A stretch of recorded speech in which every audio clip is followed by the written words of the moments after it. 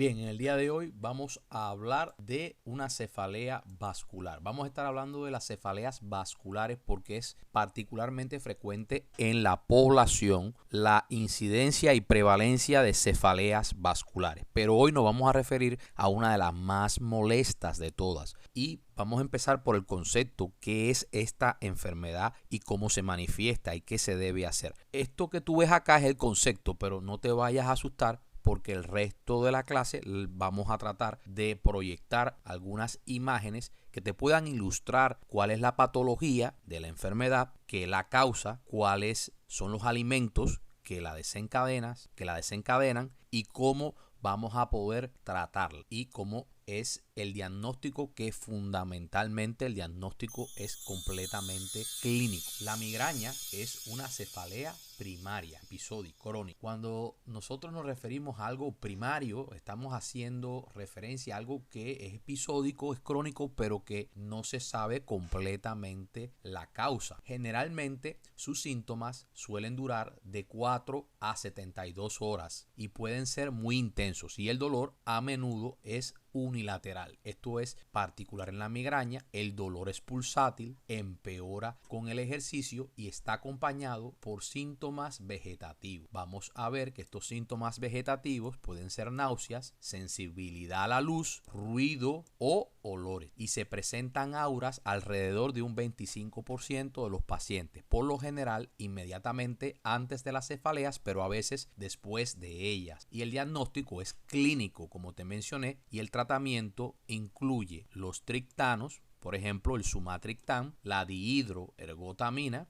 los antieméticos y los analgésicos, y los regímenes preventivos, es decir, se puede tomar algunas medidas para prevenir las crisis, que incluyen modificaciones del estilo de vida, de los hábitos de sueño, de la dieta, que vamos a hablar de ella, y fármacos, por ejemplo, como es el caso de beta bloqueantes, amitriptilina, topiramato, divalproato y anticuerpos monoclonales que pueden ayudar al tratamiento de la migraña. Y una vez conceptualizado qué es la migraña, que es una cefalea vascular, es una cefalea primaria episódica, vamos a pasar a cuáles son los factores que la desencadenan, partiendo de los alimentos, que son particularmente importantes tenerlos en cuenta a la hora de prevenir la migraña. Bien, hay una serie de alimentos que no se pueden ingerir, o no es que no se puedan ingerir, se pueden ingerir, pero prepárate para la crisis de migraña si tienes algún problema cuando ingieras estos alimentos, que no todos son alimentos, son, por ejemplo, no se debe ingerir, no se recomienda ingerir en los pacientes que tienen migraña alimentos con nitratos. Hay que evitar los alimentos con nitratos. ¿Qué alimentos con nitratos? Pues mira, aquí lo estamos viendo. Todos los alimentos que se utilizan para preparar embutidos, es decir, bacon, salchichas, algunos embutidos. Todos estos alimentos son alimentos precocinados, pero que usan nitrato como conservante. Además de estos alimentos ricos en histamina, ¿cuáles son estos alimentos? Bueno, entre ellos se encuentran los lácteos, los cítricos, los embutidos, que también son ricos en histamina, y estos alimentos debes tratar de, por todos los medios, tratar de evitarlos, ¿no? Alimentos también que contienen glutamato monosódico. Estos alimentos que contienen glutamato monosódico son estas sopas comerciales que vienen, por ejemplo, en las comidas chinas. Son alimentos ultraprocesados, y los snacks. Estos alimentos que cuando leas en el prospecto de alimentos que tiene glutamato monosódico, pues evítalo. La cafeína en pequeñas dosis ayuda a combatir la migraña, pero cuidado, que si te vas a Starbucks en altas dosis, la cafeína puede desencadenar una crisis de migraña. Claro, la cafeína se plantea de que tiene un efecto vasoconstrictor, por eso en pequeñas dosis puede contribuir a que mejore o previene un poco de que aparezca el episodio de migraña. Los alimentos con tiraminas. ¿Cuáles son estos alimentos? Bueno, todo lo que es queso curado, chocolate, frutos secos, alimentos procesados o ahumados, algunos de ellos. Y por supuesto, alimentos que no son alimentos, pero que sí pueden desencadenar la crisis de migraña, y que son por ejemplo, los vinos tintos, que se encuentran Por ejemplo, los vinos tintos, hay algunos vinos tintos que tienen algunos de estos productos que se le echan, se le añaden para conservarlo. En especial el vino tinto que contiene taninos, y es por ello que se recomienda evitarlos o consumirlos con moderación. Así que por acá te dejo estos alimentos y si quieres luego puedes escribirme para hacerme algún tipo de pregunta con relación a este tema. Cuando vamos a analizar la migraña, vamos a pensar de que la migraña es una cefalea vascular. Es decir, nosotros tenemos los vasos sanguíneos y estos vasos sanguíneos, suponiendo que este sea un vaso sanguíneo, este es el diámetro del vaso sanguíneo. Hay que entender de que los vasos sanguíneos son elásticos, pero no solamente que son elásticos, sino que además de ser elásticos responden a mediadores químicos. Estos mediadores químicos pueden ser la histamina, la bradiquinina, la serotonina, pueden ser otros tipos de mediadores químicos. Cuando una persona ingiere una dieta determinada o cuando está sometido a estrés o al influjo hormonal, en el caso de la mujer porque toma anticonceptivos orales o porque la mujer sencillamente está previa a la menstruación, pues hay alteraciones en el eje hormonal de la mujer y esto puede afectar de algún modo el diámetro de los vasos sanguíneos en el cerebro, provocando vasodilatación, es decir, que el diámetro se incremente, que este diámetro aumente muchísimo más. Por supuesto, este es el mecanismo general, pero ¿cómo sería entonces el mecanismo específico de la migraña? En la dura madre existen terminaciones nerviosas, y estas terminaciones nerviosas, por supuesto, transmiten señales aferentes hacia pares craneales como el quinto par craneal. Y además de esto, en las paredes de los vasos sanguíneos también, tanto en las arterias como en las venas, en los senos carotídeos hay receptores que son de dos tipos. Por ejemplo, en las neuronas periféricas tenemos los receptores 5-HT1D. Captan estos químicos. En el caso de los vasos sanguíneos tenemos 5-HT1B. Captan la señal química y por supuesto esta señal química la transforman en una señal eléctrica. Viajan a través de los fascículos aferentes, un paso transitorio por el ganglio trigeminal, y del ganglio trigeminal pues entran al tallo cerebral donde hacen sinapsis, tallo cerebral con los núcleos del nervio trigémino y otras estructuras del tallo cerebral que ya vamos a ver. Por supuesto, aquí hay neuronas centrales que tienen receptores 5-HT, 1B, 1D y 1F. Este tallo cerebral a nivel de los nervios espinales C1 y C2, donde se produce la sinapsis en los núcleos del trigémino y en otros núcleos que existen más arriba, donde también son como estaciones, mandan la señal definitiva después de esta sinapsis que se produce en el tallo cerebral hacia el tálamo y otras estructuras superiores, incluyendo la corteza cerebral, del tálamo a la corteza cerebral, donde la sensación se hace consciente. Nosotros dijimos que la migraña se produce porque hay una vasodilatación, es decir, los vasos se abren y ¿quién será el responsable de que ocurra esto? Es decir, es un péptido y este péptido es el mayor responsable de que ocurran las crisis estas de migraña. Este péptido se llama péptido relacionado con el gen de calcitonina. Es un péptido que en inglés se llama calcitonin gene related peptide. Este péptido, el CGRP, este péptido pues está relacionado con el gen de calcitonina. ¿Por qué? Porque es un péptido que se obtiene de la transcripción de una secuencia próxima al gen de calcitonina. De hecho, se obtiene por un mecanismo bioquímico de splicing y estos 37 aminoácidos que constituyen el péptido en el cromosoma 11 han sido muy bien estudiados. O sea, incluso se ha administrado en modelos animales, se ha administrado el péptido y se ha visto que lo que produce el péptido es vasodilatación. ¿Cómo lo hace? Bueno, precisamente el péptido se almacena en vesículas, está en todas las neuronas prácticamente, pero es importante conocer de que es el mayor mediador en la migraña. El péptido relacionado con el gen de calcitonina se almacena en vesículas en la neurona presináptica, que cuando se activan estas vesículas por la señal eléctrica, estas vesículas por exocitosis liberan el péptido y este péptido viaja hacia la placa postsináptica donde hay unos receptores especializados en el péptido, receptores para el péptido relacionado con el gen de calcitonina, y aquí genera a nivel de estos receptores una serie de cambios bioquímicos que vamos a verlo ahora. Como se sabe cuál es el péptido, se han diseñado pues anticuerpos monoclonales con el objetivo de bloquear la acción del péptido, lo cual avisora una maravilla en el tratamiento futuro de la migraña. Es decir, los anticuerpos monoclonales que bloquean la acción del péptido son el etinesumab,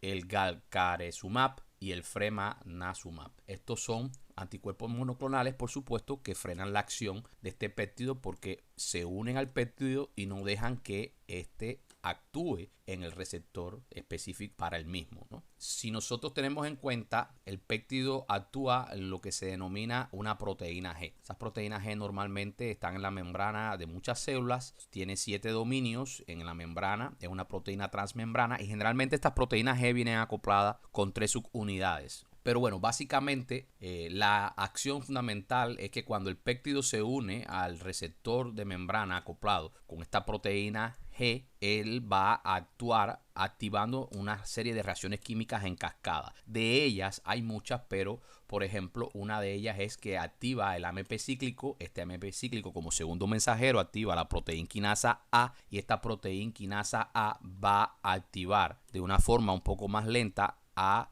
otras moléculas que intervienen en la transcripción genética y que van a generar sustancias químicas que intervienen en la vasodilatación. Y por otra parte, la proteína quinasa A estimula la formación de óxido nítrico, que es un gran vasodilatador. Vamos a ver que hay una acción sobre los canales de potasio, haciendo que salga potasio de la célula y entre calcio. Este cambio genera un incremento de la excitabilidad neuronal y por supuesto esto va a contribuir a que se produzcan estos cambios a nivel eléctrico, a nivel nociceptivo en el sistema nervioso central, a nivel de las neuronas que tienen que ver con el dolor. Este péptido va a activar no solamente por la acción del segundo mensajero, sino que va a proporcionar que se activen otros canales, como por ejemplo canales para neurotransmisores. Hay que decir que en el mesencéfalo hay unos núcleos llamados núcleo dorsal de Raffle y locus coeruleus, que son los centros que se plantean, los centros de la migraña. Igualmente aquí lo vemos, dura madre, vasos sanguíneos venosos y arteriales, pared de los vasos sanguíneos, nervio trigeminal. Primeramente ocurre la sinasis es en los núcleos del nervio trigeminal y de ahí a estos otros núcleos, el dorsal del Raffle, el locus coeruleus, y de ahí hacia el tálamo, hacia el hipotálamo y hacia la corteza. Estos núcleos del Raffle dorsal que están en el tallo cerebral y el locus coeruleus son los centros de la migraña. Que este ganglio, que es el ganglio pterigopalatino, pertenece a la vía que da respuesta, ¿no?, a la vasodilatación, ¿no?, a la vasodilatación que ocurre en la migraña a través del ganglio pterigopalatino. ¿Por qué? Porque la señal que inicialmente viene aferente regresa con una respuesta que es básicamente la vasodilatación. La vasodilatación. Por supuesto, porque hay liberación de mediadores químicos. Liberación de mediadores químicos vasoactivos. Si vemos la migraña tiene sus características. Primeramente, la proporción entre mujeres y hombres es de 3:1, es más frecuente en las mujeres. La duración de las crisis de migraña es de 4 a 72 horas. Son frecuentes varias veces al mes. Como vemos a veces la persona tiene desencadenantes. Ahora, ¿cuáles son estos desencadenantes? Puede ser, por ejemplo, cambios de temperatura o del medio, alcohol, que la persona consuma alcohol, actividad física, demasiado estrés. En el caso de las mujeres, la menstruación y también la migraña se ve con mucha frecuencia en mujeres que toman píldoras anticonceptivas. La edad de comienzo generalmente es en la adolescencia, entre los 15 y los 25 años de edad. Y la terapia de la migraña consiste en administrar antiinflamatorios no esteroideos, AINES, y esto se combina con triptanos. También se le puede colocar antieméticos porque la migraña genera la sensación de náusea, entonces a veces el paciente va a vomitar. Además de los síntomas que puede ocurrir como el dolor de cabeza, hay síntomas que pueden hacernos pensar en una migraña, ya que hay otros tipos de cefaleas vasculares. Por ejemplo, el carácter de la migraña es un carácter donde la cefalea produce latidos, es hemicranial, produce latidos. la sensación como un martilleo, como un latido, como que está algo palpitando. Esa es una de las sensaciones que tiene la persona. Además de que hay síntomas adicionales como la náusea, el vómito, o pueden en ocasiones inclusive haber lo contrario, como hambre excesiva, o puede haber anorexia o hambre excesiva. Los ruidos y la luz pueden molestar mucho al paciente. Hay fonofobia, molestias a los ruidos fuertes y molestias a la luz. Hay un 25% de los pacientes que tienen migraña, hasta un 25% que tienen aura. ¿Aura qué es? Aura es que los pacientes pueden tener manifestaciones clínicas prodrómicas que te avisan de que viene la crisis de migraña y el paciente puede ponerse, digamos, en orden de esperar esta crisis. Es decir, ya está listo porque sabe que le va a dar la migraña cuando ocurre esta aura. Por supuesto, hay una serie de medidas que se pueden tomar, como practicar ejercicio físico, reducir el estrés, aunque todos estamos un poco estresados en el mundo occidental, sobre todo, y recordar que el tratamiento es con antiinflamatorios no esteroideos y los triptanos. El curso de ataque, normalmente antes de la migraña, hasta en un 25%, tenemos un aura potencial. Esta aura avisa de que viene el ataque de migraña y a medida que el aura va desapareciendo, va apareciendo progresivamente el ataque de migraña, es decir, el dolor. Vamos a un poquito desentrañar lo que sucede cuando el paciente está previo a la crisis. Puede ser, como he mencionado, que la mujer esté previa al proceso menstrual, los cambios hormonales inciden, hay una serie de alimentos que pueden generar cambios y vasodilatación. Ahora vamos a hablar de ellos también, pero bueno, las personas pueden, antes, hasta el 25% de las personas pueden tener un aviso o aura. Por ejemplo, las personas pueden ver destellos o líneas o estrellas. Esto es algo que sucede a veces con las personas. También pueden ver imágenes como si fueran los mosaicos, los pisos estos que tienen mosaicos, puede verse eso. La visión borrosa es otro de los síntomas que puede tener el paciente. El paciente puede tener dolor en el ojo, dolor ocular. En ocasiones la llamada visión en túnel, donde hay una pérdida, vamos a decir, de parte del campo visual del paciente. También el punto de ceguera temporal. Hay personas que pierden, digamos, la visión apropiada en una de las regiones temporales. Y hay otras señales de aura que son, digamos, no tan frecuentes, pero que se pueden observar, como por ejemplo picores o cosquilleos de los pacientes, temblores, mareos o vértigo, dificultad para hablar. Por supuesto, no quiere decir que una persona que tenga migraña va a padecer de todas estas cosas. Para nada. Solamente son algunos pacientes, hasta una cuarta parte de los pacientes, y no todos los pacientes tienen todas estas manifestaciones. Así que pueden aparecer algunas de ellas. Y por supuesto, esto nos avisa de que viene la crisis. Ojo, no solamente la migraña tiene este problema del aura. Hay otras entidades neurológicas que pueden tener aura, inclusive confundirse. ¿Cuáles de ellas? La epilepsia. La epilepsia. Sobre todo, hay algunas epilepsias que pueden generar en el paciente aura antes de la crisis epiléptica.